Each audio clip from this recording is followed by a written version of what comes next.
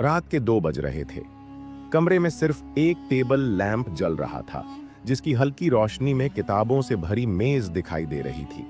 राहुल अपनी बायोलॉजी की किताब पर झुका हुआ था, लेकिन शब्द धुंधले होते जा रहे थे।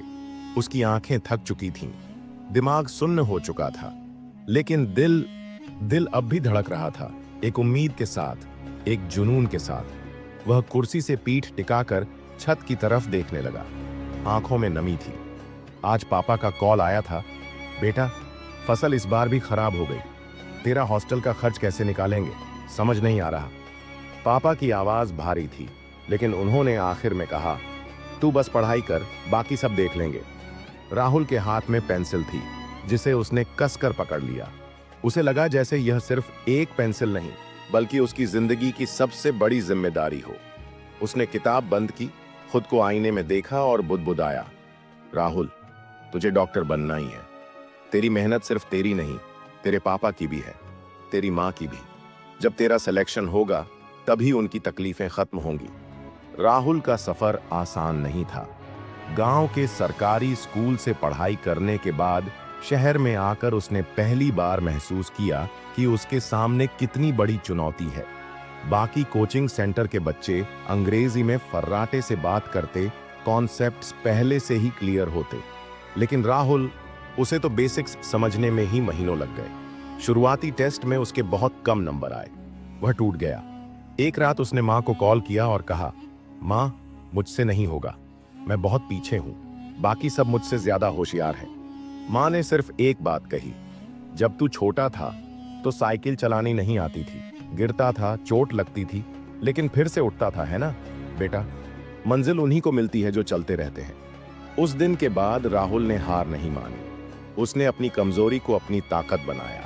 जहां बाकी लोग 6 घंटे पढ़ते, वहां राहुल 12 घंटे पढ़ता। जहां बाकी लोग दोहराते, वहां राहुल लिख लिख कर समझता। रातें किताबों के पन्नों में बीतने लगीं, सुबह रफ नोट्स के साथ। कभी कभी भूख भी लगती, लेकिन हॉस्टल में पैसे बचाने के लिए वह सिर्फ 1 कप चाय और ब्रेड पर गुजारा करता। दोस्त मूवीज देखने जाते, चाय के ठेलों पर हंसते बतियाते, लेकिन राहुल की दुनिया बस उसके नोट्स और उस बोर्ड तक सीमित थी, जिस पर बड़े अक्षरों में लिखा था, AIIMS Delhi, final destination NEET का पेपर उसने पूरी मेहनत से दिया था, लेकिन रिजल्ट का दिन, उफ, दिल इतनी तेज धड़क रहा था कि लगता था बाहर छलांग लगा देगा। जब स्क्रीन पर नंबर दिखे 720 में से 685, तो राहुल की आंखों से आंसू छलक पड़े। उसने सबसे पहले पापा को फोन किया। उधर से आवाज आई, हेलो बेटा। राहुल की आवाज कांप रही थी, पापा, हो गया। पापा चुप रहे, कुछ बोल नहीं पाए। फिर मां की आवाज आई, वह रो रही थी, बेटा, तेरा सपना पूरा हो गया। उस दिन राहुल को समझ आया कि सपने सिर्फ देखे नहीं जाते, बल्कि पूरे करने के लिए उनकी कीमत भी चुकानी पड़ती है। नींद की, भूख की, आराम की, और कभी-कभी खुद पर भी शक करने की। लेकिन जो उस कीमत को चुकाने के लिए तैयार रहता है, वही जीतता है। आज राहुल AIIMS में MBBS कर रहा है, लेकिन जब भी वह हॉस्टल की खिड़की से बाहर देखता है, तो उसे अपना छोटा सा गांव, पापा की मेहनत और माँ की आवाज याद आती है। वह खुद से कहता है, मैं सिर्फ अपनी मेहनत से नहीं, अपने परिवार के त्याग से यहां तक पहुंचा हूं। राहुल अब AIIMS में MBBS का छात्र था, लेकिन सफर यहीं खत्म नहीं हुआ था। मेडिकल कॉलेज में दाखिला लेना एक बड़ी उपलब्धि थी, मगर असली चुनौती अब शुरू हुई थी। पहले ही दिन जब वह डिसेक्शन हॉल में गया, तो उसकी आंखों के सामने एक असली मानव शरीर रखा था। हाथ कांप गए, दिल की धड़कन तेज हो गई। उसने कभी सोचा भी नहीं था कि एक दिन ऐसा भी आएगा जब उसे इंसानी शरीर को समझना होगा, उसे काटना होगा, पढ़ना होगा। पास खड़े कुछ सीनियर मुस्कुराए, भाई, डॉक्टर बनना आसान नहीं है। अगर यहां हिम्मत हार गए तो आगे मुश्किल हो जाएगी। राहुल ने गहरी सांस ली। उसे याद आया कि जब वह नीट की तैयारी कर रहा था, तब भी यही हुआ था। डर, घबराहट, असफलता का डर, लेकिन फिर उसने खुद को संभाला था। उसने चाकू उठाया और पहली बार अपने मेडिकल करियर का असली सफर शुरू किया। संघर्ष अभी भी था, MBBS की पढ़ाई किसी युद्ध से कम नहीं थी। दिन भर क्लास, लैब वर्क, मरीजों से बातचीत और रात भर किताबों में सिर खपाना। उसे अब भी याद था कि पहले सेमेस्टर के दौरान वह लगातार 36 घंटे जागा था, बस इसलिए कि अगले दिन एनाटॉमी का टेस्ट था। एक दिन जब वह हॉस्टल में किताबें लिए बैठा था, तब उसके रूममेट ने कहा, राहुल, तू कभी थकता नहीं क्या? राहुल हल्का सा मुस्कुराया और कहा, थकता हूं, लेकिन जब भी आंखें बंद करता हूं तो पापा के पसीने में भीगा चेहरा और मां की उम्मीदें दिखती हैं। फिर थकान भूल जाता हूं।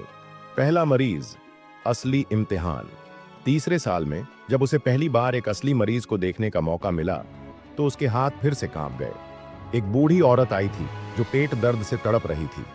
डॉक्टर ने कहा, राहुल, जाओ और चेक करो। उसने स्टेथोस्कोप उठाया, लेकिन दिल इतनी तेज धड़क रहा था कि खुद की धड़कन सुनाई दे रही थी। यह किताबों में लिखे केस की तरह नहीं था, यह असली जिंदगी थी। अगर उसने कुछ गलत किया तो किसी की जान पर बन सकती थी। पर फिर उसे अपनी मां के शब्द याद आए, बेटा, डर से बड़ा कोई रोग नहीं होता, बस अपने दिल की सुन।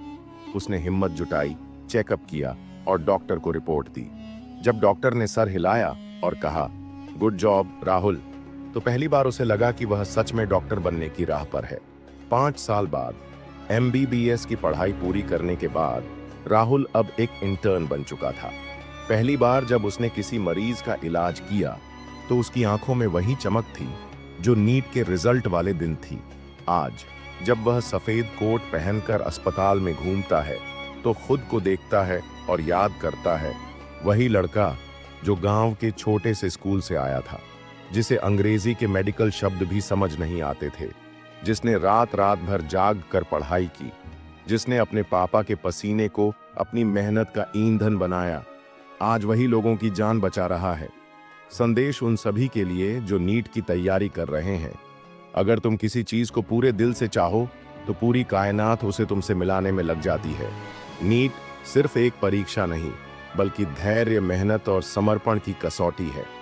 यह आसान नहीं होगा, रास्ते में कई बार तुम गिरोगे, लोग तुम्हें कमजोर महसूस कराएंगे, लेकिन अगर तुम्हारा सपना सच्चा है तो कोई भी मुश्किल तुम्हें रोक नहीं सकती, क्योंकि डॉक्टर सिर्फ डिग्री से नहीं बनते, बल्कि जज्बे और त्याग से बनते हैं। यह कहानी सिर्फ राहुल की नहीं, उन सभी की है जो सपने देखते हैं और उन्हें पाने के लिए खुद को झोंक देते हैं, क्योंकि नीट सिर्फ एक परीक्षा नहीं, बल्कि एक जिंदगी बदलने वाली जंग है।